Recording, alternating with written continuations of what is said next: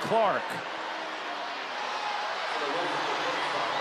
I mean, that's clearly a foul, which was called. The question is, will they call it unnecessary? Kennedy Carter.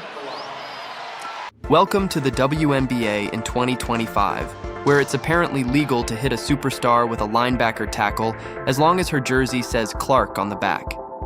You'd think someone dropped her in the wrong sport. This looked more like Monday night, raw than Monday night basketball. And here's the part that'll make you want to scream, this isn't some isolated hit. It's becoming a pattern, a trend, a whole blueprint. Because every time Clark steps onto the court, it's like she's entering the Thunderdome. Elbows flying, shoulders lowered, and refs staring into the abyss like they forgot what a foul even is. People aren't ready to hear this, but Caitlin Clark isn't just playing against defenders. She's playing against silence.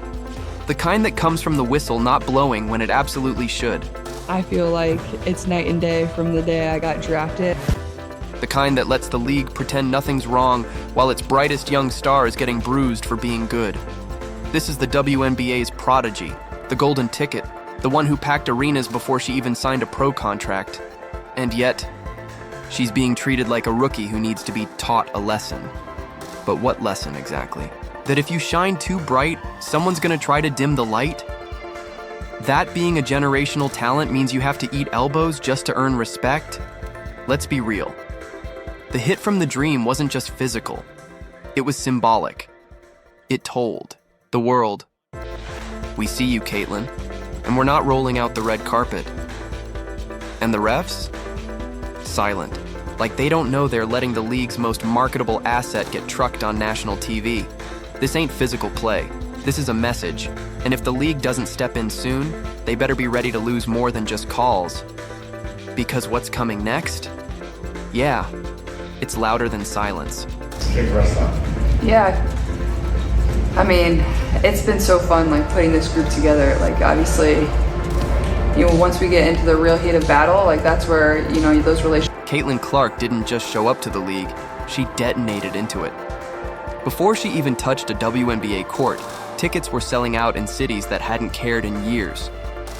Indiana Fever's road games, instant sellouts, jersey sales, gone, ESPN ratings, through the roof. The Caitlin Clark effect is so real, it's practically its own economy, and the league loved it. At first. Because let's not kid ourselves. The WNBA has been waiting for a moment like this.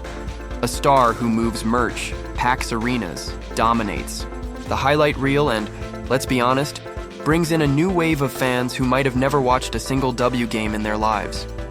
But here's the twist. For someone who's being marketed like the future of the league, Clark's being officiated like she still owes rookie duties at practice.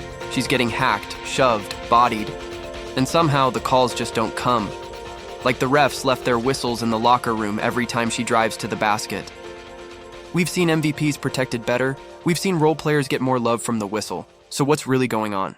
Because this isn't just about missed calls anymore. It's about what those misses represent. Is this just lazy officiating? Or is it something deeper? The league loves the spotlight Clark brings. But are they uncomfortable with how fast she became the center of it? Is there resentment simmering under the surface? Teammates who've grinded for years without the same shine? Veterans who feel overshadowed? League execs who don't like how fast she's shifted the balance? Whether it's conscious or not, there's a vibe. And that vibe says, welcome to the league, rookie, now pay your dues. But here's the thing, Caitlin Clark already paid. In buckets, in buzz, in business.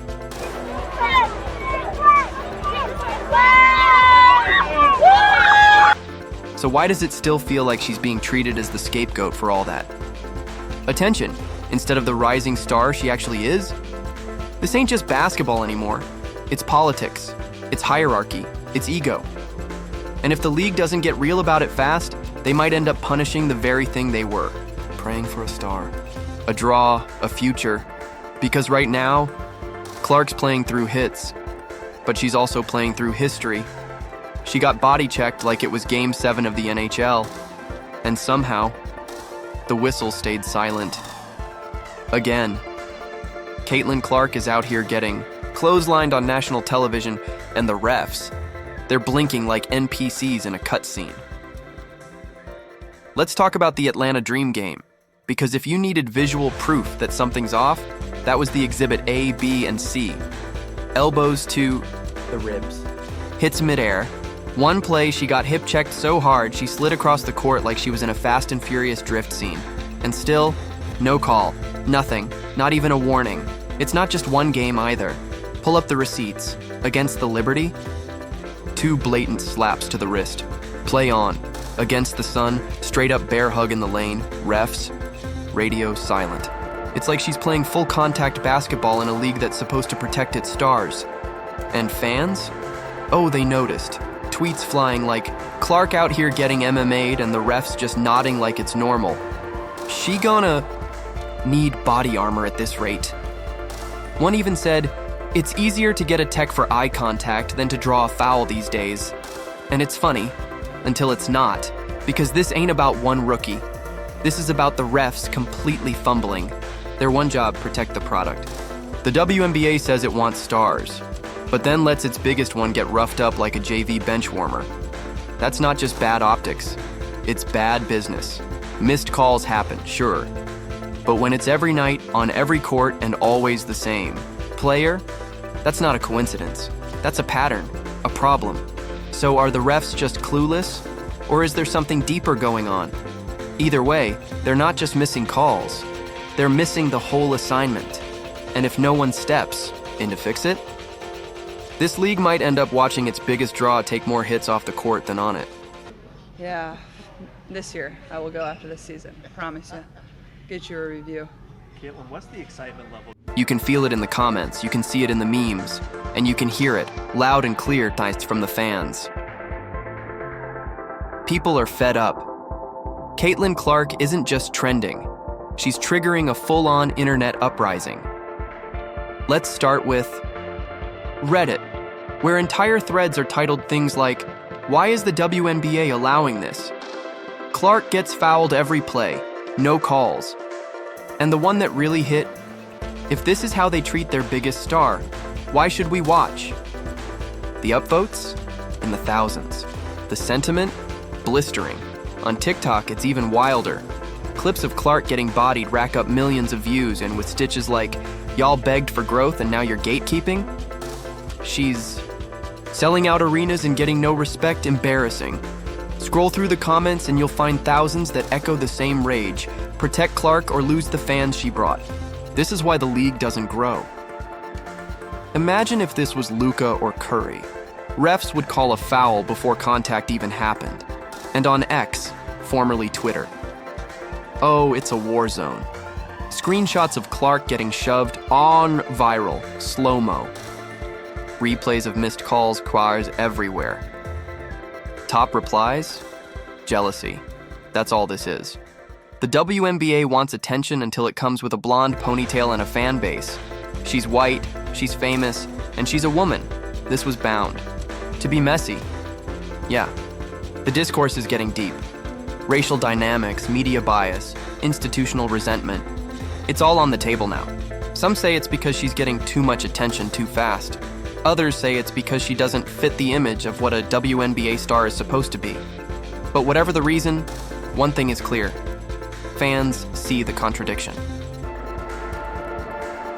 On one hand, the WNBA runs empowerment campaigns, hashtags about growth, visibility, women supporting women. On the other, their most visible player is getting thrown around like a rag doll while the league shrugs. That dissonance, it's not just awkward, it's dangerous. Because when the fans start calling BS, when the comment sections flip, when even the new viewers are like, wait, this is how y'all treat your stars? That's not just a moment, that's a movement. And if the league doesn't address it, they're not just losing a narrative, they're losing a generation. Stay tuned, because this story's bigger than basketball now. She's taking elbows, she's getting shoved to the floor. And the WNBA's response? Crickets. Where is Kathy Engelbert? The league's commissioner has been radio silent while Caitlin, Clark gets knocked around like she wandered into a wrestling match. And fans? They're done being polite. They're demanding answers, receipts, accountability, anything. But from the WNBA's top office, not even a whisper. This isn't just about missed calls anymore. This is about leadership, or the complete lack of it. Let's not pretend this is new. Kathy's go-to move during controversy has always been say something vague, smile, and dip. When asked about officiating issues last season, she gave us a classic. We're constantly evaluating the state of the game. Cool. Meanwhile, your brightest star is getting slammed to the hardwood while refs look the other way like they left their glasses at home. Clark isn't just another rookie. She's the most talked about athlete in women's basketball in years. She's selling out NBA arenas, breaking records, turning casuals into diehards. And yet, no league memo, no press conference, no protective stance from the commissioner. Just vibes? How is it that the WNBA can run entire campaigns about empowering women? But when one woman actually shifts the power dynamic, y'all vanish? This isn't just a ref problem, it's a leadership problem. Because silence in moments like this, that's a choice. And when leadership chooses silence, it sends a louder message than any statement ever could. We don't have her back. It's giving protect the brand, not the player. It's giving let the chaos play out and pray it boosts engagement. It's giving passive complicity. Fans see it, players see it, and trust, the internet sees all of it. So yeah, Kathy, where you at? Because if you're not going to speak up for your biggest star when she's literally being targeted on national TV, then what exactly is your job? And if leadership won't lead, don't be shocked when the league starts bleeding. You can hack her, you can trap her, you can throw bodies, elbows, and double teams. But Caitlin Clark, she's still gonna light you up from the freaking logo. Let's talk numbers. Because while everyone else is focused on the hits she's taking, they're missing what really matters.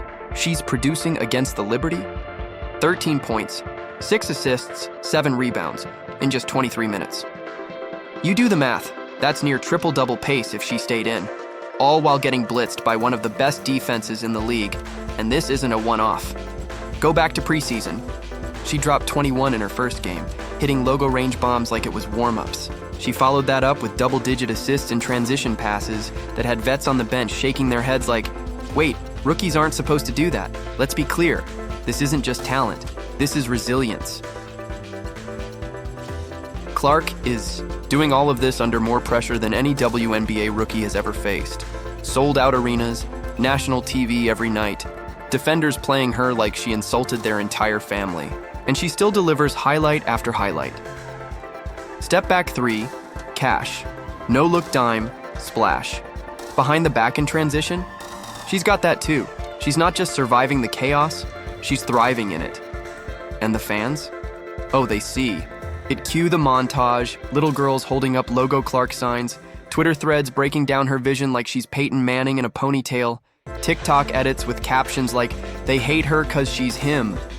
This is the moment the narrative flips, because no matter what they throw at her, bad calls, hard fouls, online hate, she keeps showing up, balling out, and putting numbers on the board. Caitlin Clark isn't just hype, she's the real deal. And if this is her baseline, yeah, the league better buckle up. Her 12th straight double-double. It's not a rookie record, not a Chicago record, it's an all-time Here's the question nobody wants to ask, but everybody's whispering. How much of this is because she's white, straight, rich, famous? It's not just fans wondering. That podcast quote, it's echoing across timelines. How much of it is about race, about privilege, about her being the golden girl of women's basketball? No one's saying it out loud, but the energy, you can feel it. Some players have liked cryptic tweets, others have flat out said it. She hasn't earned her stripes. Let her prove herself before we crown her. And yet, sold out arenas, viewership records, kids wearing number 22 like it's a badge of rebellion. So what's really going on here? Because historically, when generational talents rise too fast, the system doesn't always embrace them. Remember how the NBA treated Jordan early on? He was too flashy, too marketable. Old heads weren't ready.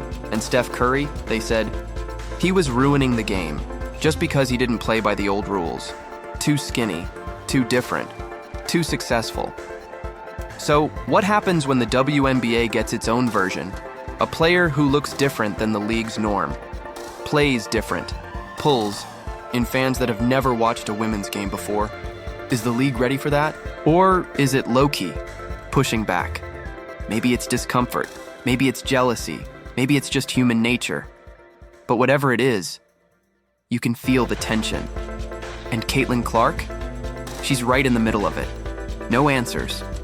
Just a question. What happens when someone becomes too big, too fast for the system meant to hold them? She's not whining. She's not flopping. She's not crying to the refs. She's just hooping and cooking whoever's in front of her. The league wanted to humble Caitlin Clark. She responded by casually pulling up from the damn logo. While everyone else is talking on as she's torching, every hit she takes, she turns into fuel. Elbow to the ribs, she shrugs it off. No call on a drive. Next possession, she hits a one-legged fade like she's filming a Gatorade commercial. This isn't just poise, this is silent dominance. And let's be real, they've been trying to rattle her since preseason. Rough screens, shoulder bumps, swiping after the whistle. But here's what they don't get. Caitlin Clark doesn't need to fight the noise, because her game drowns it out. She'll take a hard foul, spin out of it, and drop a step-back three while you're still complaining to the bench. She's got that Steph Curry level of disrespect in her bag. The kind of confidence that turns defenders into background characters, and she does it all with the calm of someone who knows she belongs. No theatrics, no drama, just buckets. They wanted to break her rhythm. She turned it into a highlight reel. They wanted her to fall in line. She made the line follow her. What we're watching isn't just resilience, it's a full-blown revenge arc. Because when you try to erase a player like this, you don't stop the story, you just make the ending more iconic. And Clark? She's writing it in all caps. No need for revenge tweets, no post-game quotes. Her game says everything. I see the hate, I just don't hear it over the sound of the net. You can try to humble her, but good luck humbling someone who never asked for your approval in the first place. And if you thought this chapter was wild, wait till you see what happens when she gets hot. How do you grow a league while letting your biggest star get targeted every night like she's wearing a bullseye? Nah, let's call it what it is. This isn't just physical play. It's a warning shot. You can be the face of the league, but don't you dare shine too bright. That's the message being sent. And fans? Yeah, they're not having it. Every time Caitlin Clark gets hip-checked, shoved, jawed at, or flat-out ignored by refs, the WNBA thinks it's just another possession. But to the people watching, to the young girls in the stands wearing her jersey, to the fans tuning in for the first time, it's a statement. You want the game to grow? Cool, then protect the ones growing it. This isn't about giving Clark special treatment. This is about consistency, accountability, safety. Because if your number one box office draw is taking elbows like she's auditioning for Creed 4, we've got a problem. The league can spin it however they want. Welcome to the W. Rookie growing pains, all that noise. But what's really happening? A generational talent is being tested in the most public, physical, and frankly dangerous way possible. And the silence from the top? Deafening. But here's the part they didn't expect. The fans aren't silent. They're loud, they're online, they're showing up. Not just for Clark, but for the principal. Because they know what this represents. If the league won't set a standard, the fans will. This isn't just about one player. It's about what kind of league the WNBA wants to be. Do you reward greatness or punish it for being too popular, too white, too confident, too visible? Because Clark's not just surviving this, she's thriving through it. She's taking the hits and still dropping dimes, still pulling from the logo, still changing the game. You don't grow a league by letting your MVP get treated like a crash dummy. And if the league won't stand up, bet the fans will. Keep watching, because this storm's just getting started. What if Caitlin Clark's toughest matchup isn't even wearing a jersey? Because let's be real, It's not just the defenders throwing elbows. It's not just the refs swallowing whistles. It's something deeper, something structural. The WNBA says it wants growth, but when growth shows up in a ponytail and shoots from 30 feet, suddenly the system looks shook. Every missed call, every flagrant that gets downgraded, every let them play moment when Clark hits the floor, it all adds up. Not just to bruises on her body, but to cracks in the league's credibility. This isn't about bad officiating. That's the symptom. The real illness? A system that still doesn't know how to handle uncomfortable excellence. Clark's arrival wasn't just a marketing dream. It was a cultural earthquake. Ratings exploded.